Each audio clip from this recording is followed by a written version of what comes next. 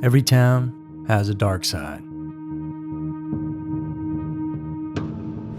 Just going by the numbers, if you're a regular person who doesn't want to be killed by a crazed individual, then your best bet would be to live somewhere far away from anywhere with a dense population.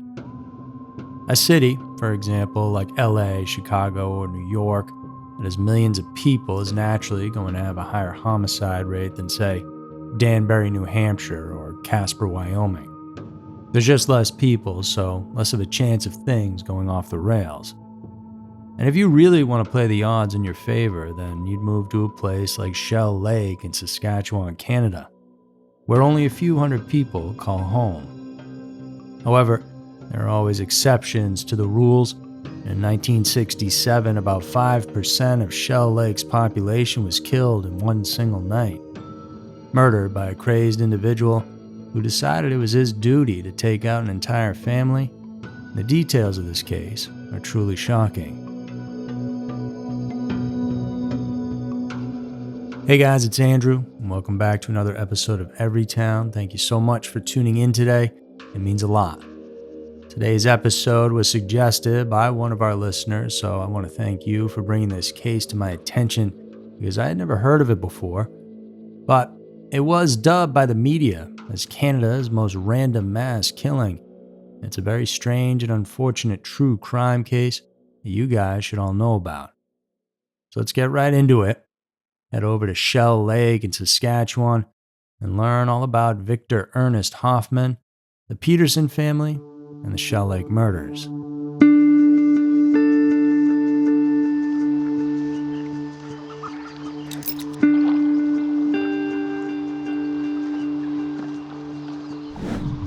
To set the stage, Shell Lake is a small village that's located basically smack dab in the middle of Saskatchewan, Canada.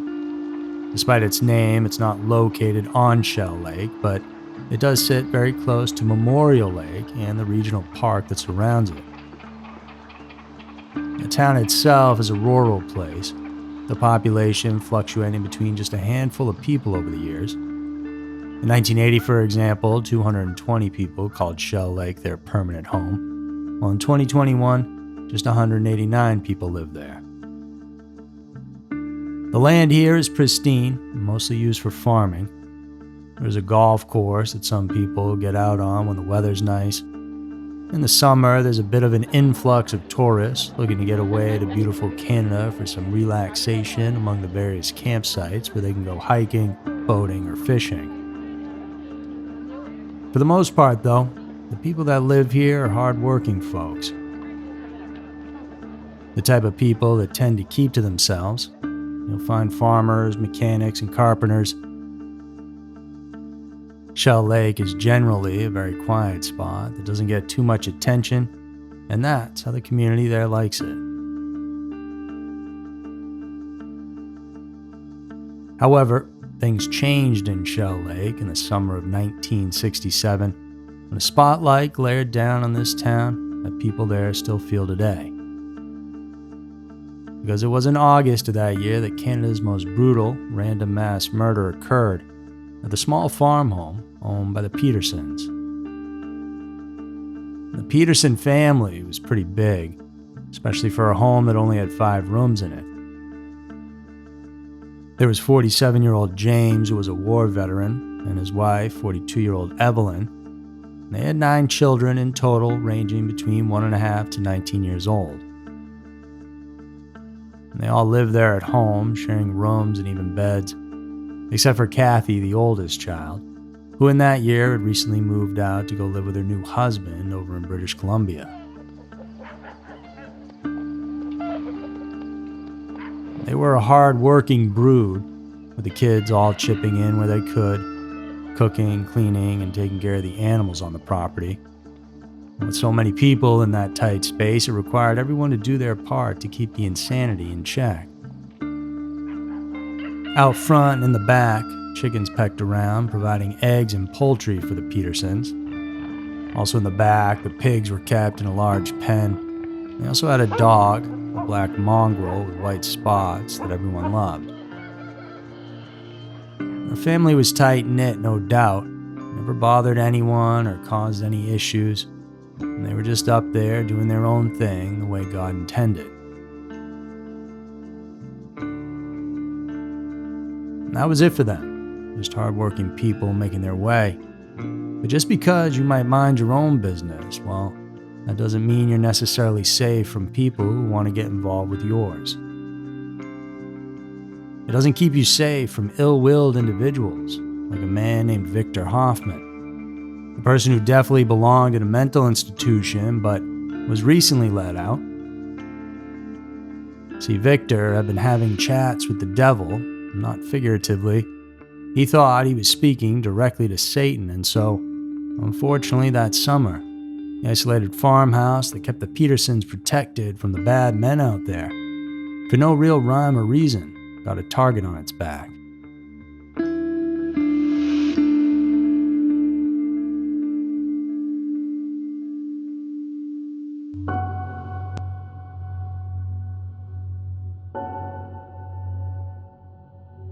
Back in '67, Victor Hoffman was just 21 years old.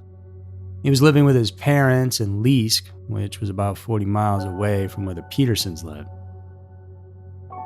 In late July, he had been released from a mental institution he was being housed in for having some issues. But back in the '60s, they didn't know exactly what was wrong with him. One day he'd be acting weird, the next he'd seem fine. You have to remember that back then, the grasp that doctors had about things like what exactly paranoid schizophrenia was minimal. The idea of understanding mental health issues was just starting. Treating them was a whole other story. And in fact, today, we still don't know the exact causes of a lot of mental illnesses, including paranoid schizophrenia, which Hoffman was later evaluated to have suffered from. So we just do our best in helping those where we can, but it's far from an exact science simply because everybody is so different.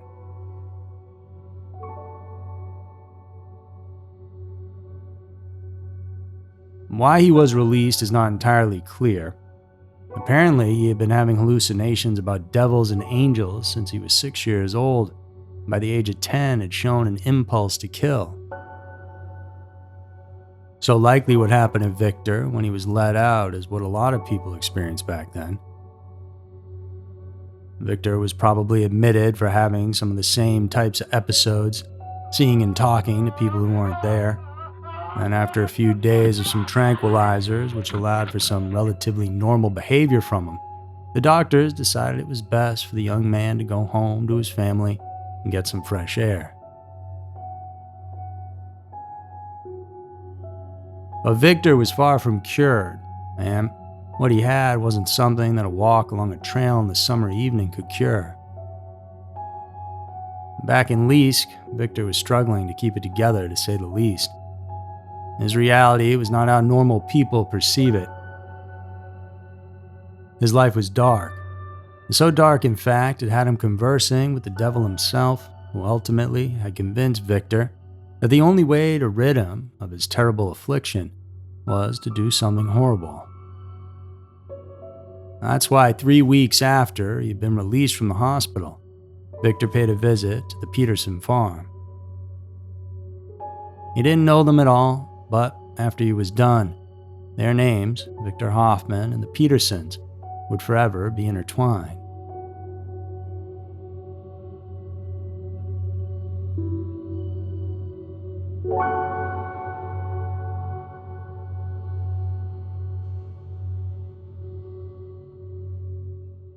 On the early morning of August 15th, while it was still dark out, Victor went out to his family's car, got in, started driving. He was searching for his target.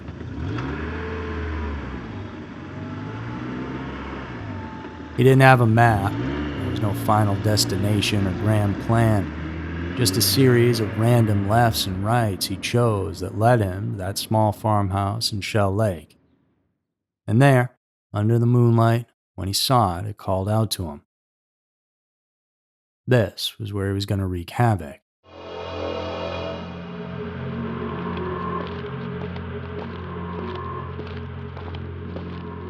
Armed with a .22 caliber Browning pump-action rifle, he climbed the rickety steps of the front porch. And seeing as the Petersons never had any strange visitors or fear of being harmed by anyone, really, the door was unlocked, and so Victor stepped inside as if he had been invited.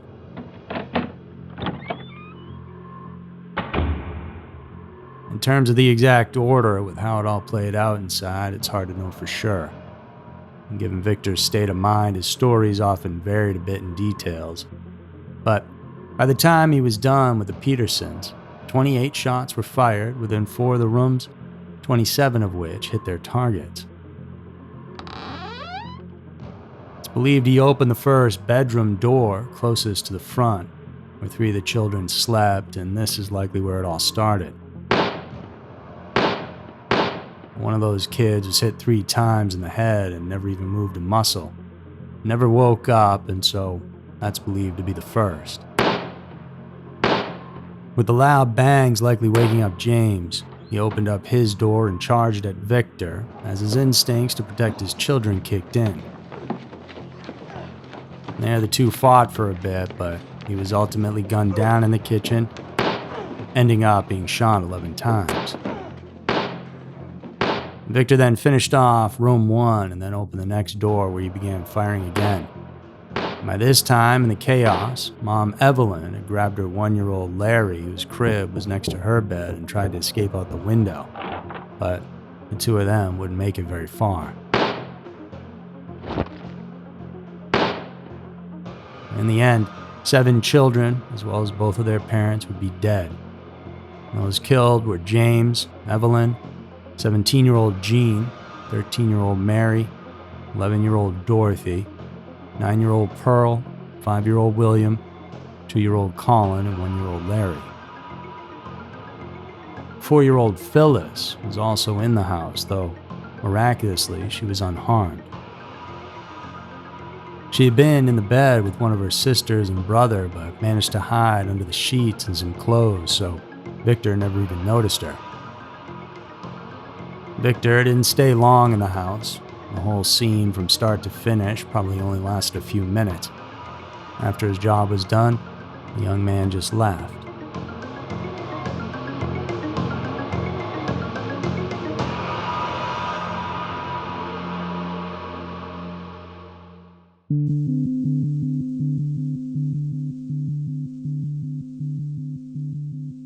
When the sun came up the following morning, Will Drew Lang, who was good friends with the Peterson family, headed over to their house to help out with some farm work that needed tending to.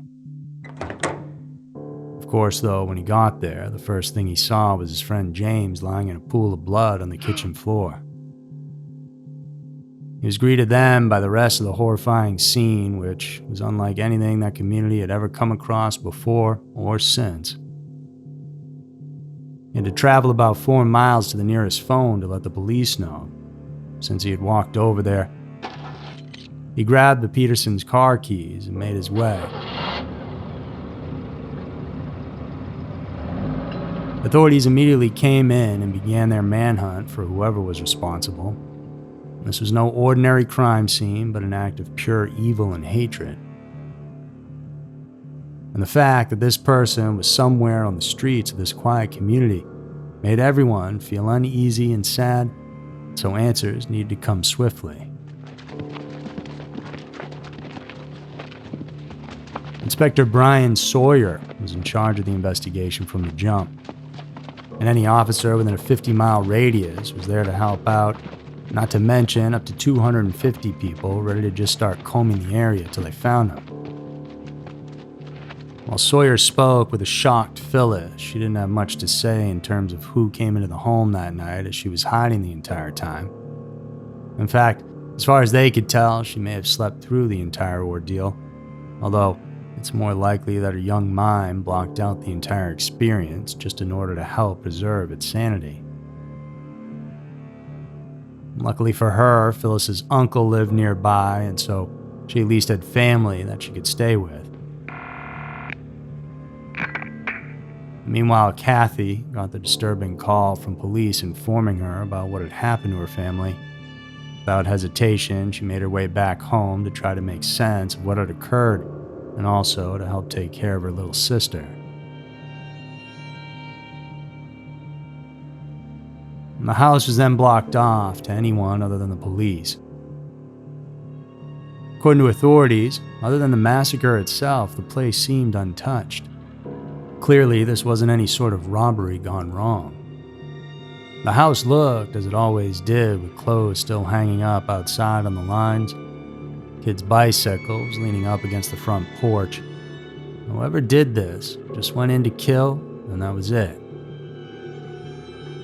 The Petersons' dog sat sullen as the authorities ascended onto the property. He just laid his head on the porch, knowing his entire family was gone. All the bodies were not abused in any way. They had just all been shot. Most of them had signs of powder burns, meaning they had been shot up close. It makes sense, as again, this house was pretty tight quarters for such a large family. This would also explain why 27 of the 28 shots Victor fired hit their marks.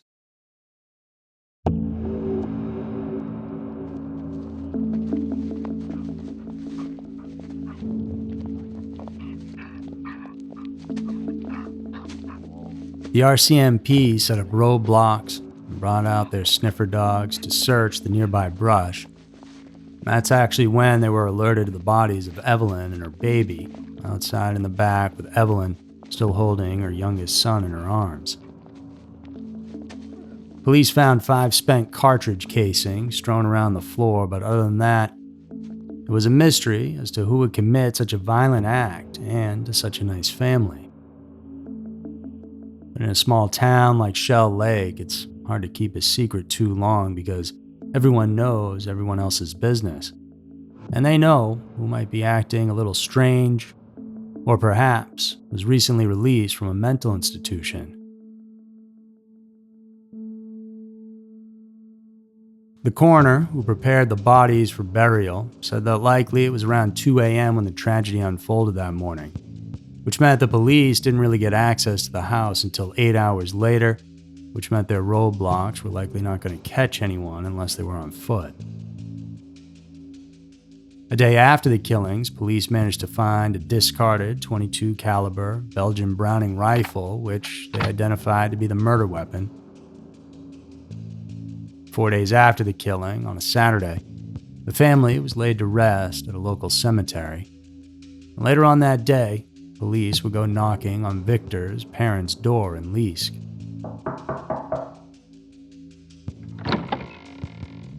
In total, there were around 75 officers working long hours on this case in search of the killer or killers.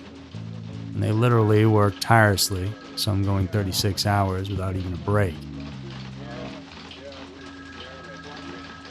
While all the details of the investigation itself have never fully been revealed, Inspector Sawyer explained, the arrest was the culmination of a very casual conversation that one of our members had with an individual, and we decided it would be wise to check the Hoffman residence.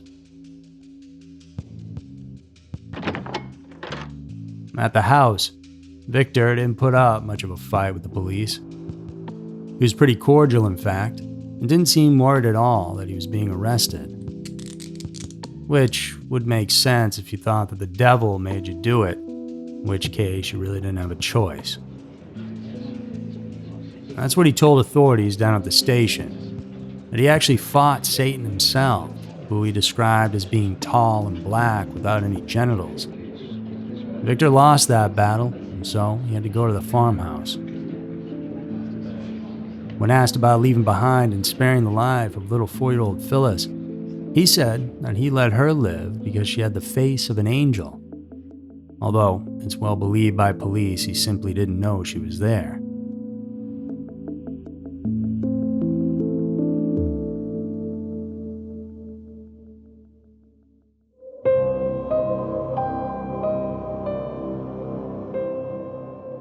Victor was then remanded to a mental hospital in North Battleford, and it was here that he was finally and officially diagnosed with paranoid schizophrenia.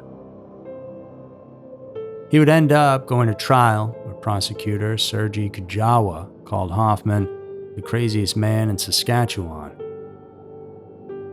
Ultimately, he was found not guilty by reason of insanity, and he would then spend most of the remainder of his life bouncing around to a few different mental health facilities. While spending most of his time at an Ontario-based institution, in 2001, at the age of 56, Victor was granted supervised access to the towns of Port McNicoll and Midland in Ontario. The hospital was only required to let the authorities know about this, and so you can imagine that when the people in town caught wind that Victor was out and about in their restaurants and shops, they were pretty angry. Hoffman never showed any remorse for what he had done. He was quite indifferent to the fact that he took those 9 innocent lives and completely destroyed an entire family. Throughout the rest of his life, he continued to talk about his meetings with the devil, something that no matter what he did, he just couldn't get rid of. On May 2nd of 2004, at the age of 60, he passed away due to cancer, and so, while he may have got rid of the devil in this life, he may have met him again in the next.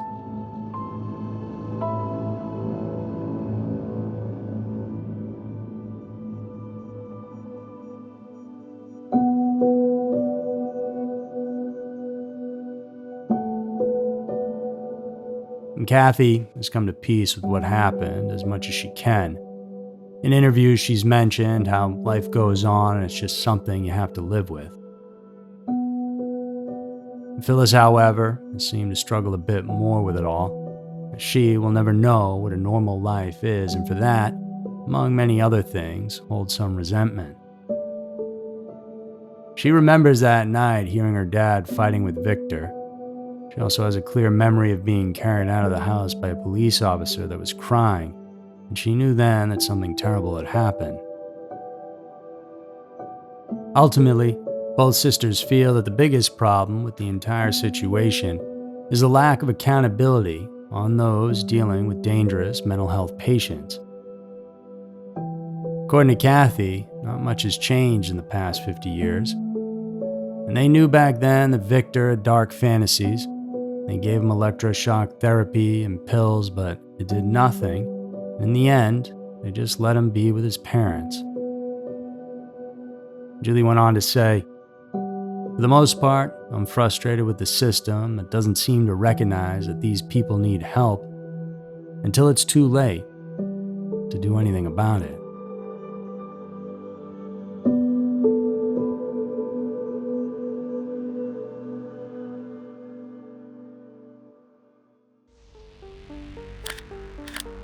So that's it for this week's episode of Everytown. Thanks for tuning in today, and please do subscribe so we can reach you every week with the new content that we're putting out. Remember to come on back next week for another episode filled with scary, strange, and mysterious stories, because you never know. Maybe your town will be next.